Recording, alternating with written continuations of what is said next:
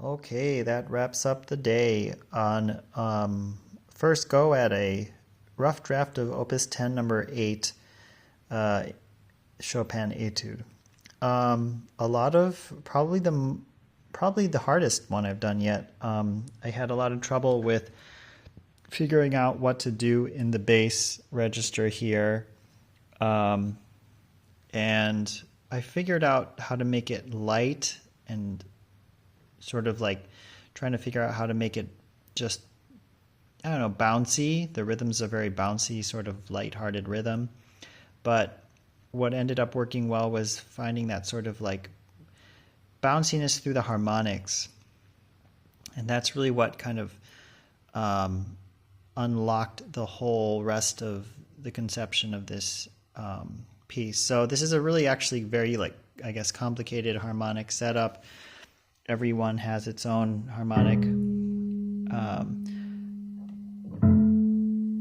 All of these important pitches.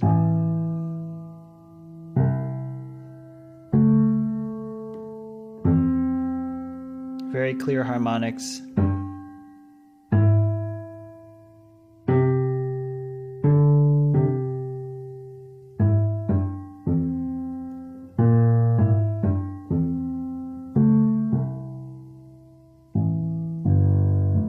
That one's not prepared. So that's really the foundation for this.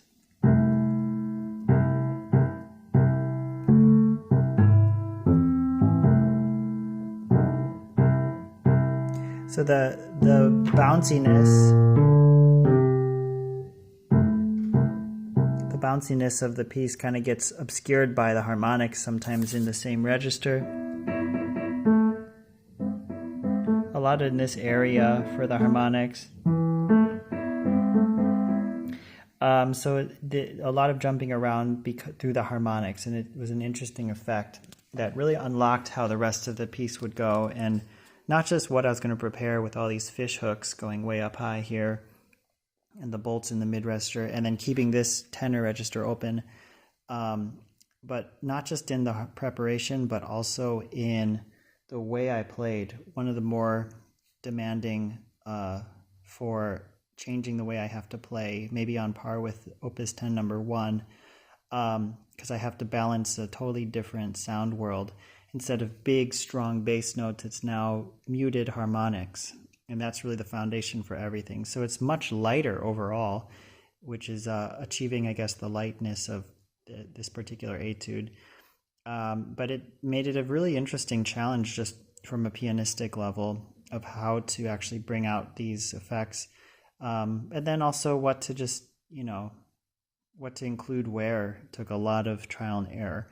So I think I'm happy with the end product from today, for this first draft. Just really quickly to go through one more time all the preparations. Got a rubber strip on E and F, muted silicone straw on A, and got a mute foam pencil grip mute down here on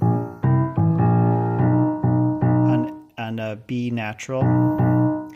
I also have one of the two strings of the silicone straw mute, the pink one, on the B natural, and then on the C. So the C is fully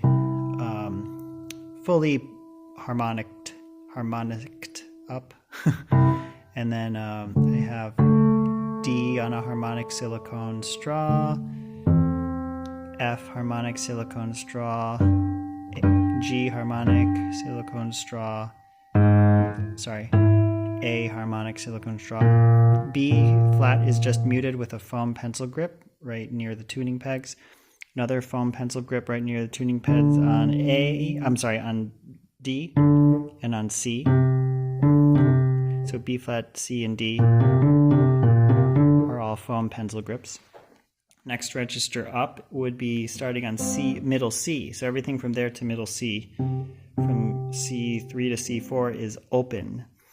C, D, E, F, G, A, B flat are all bolts harmonicked.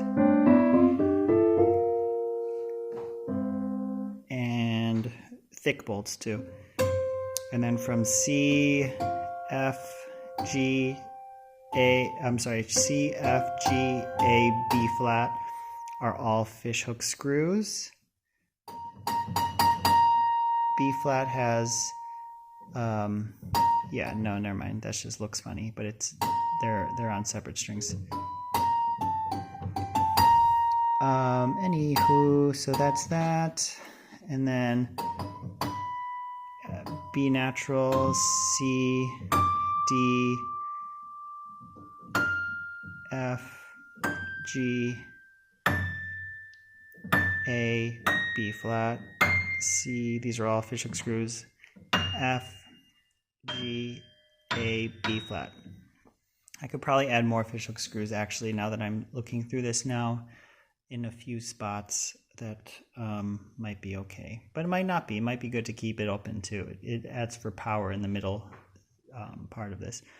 Really interesting effects, really interesting things I've come across today.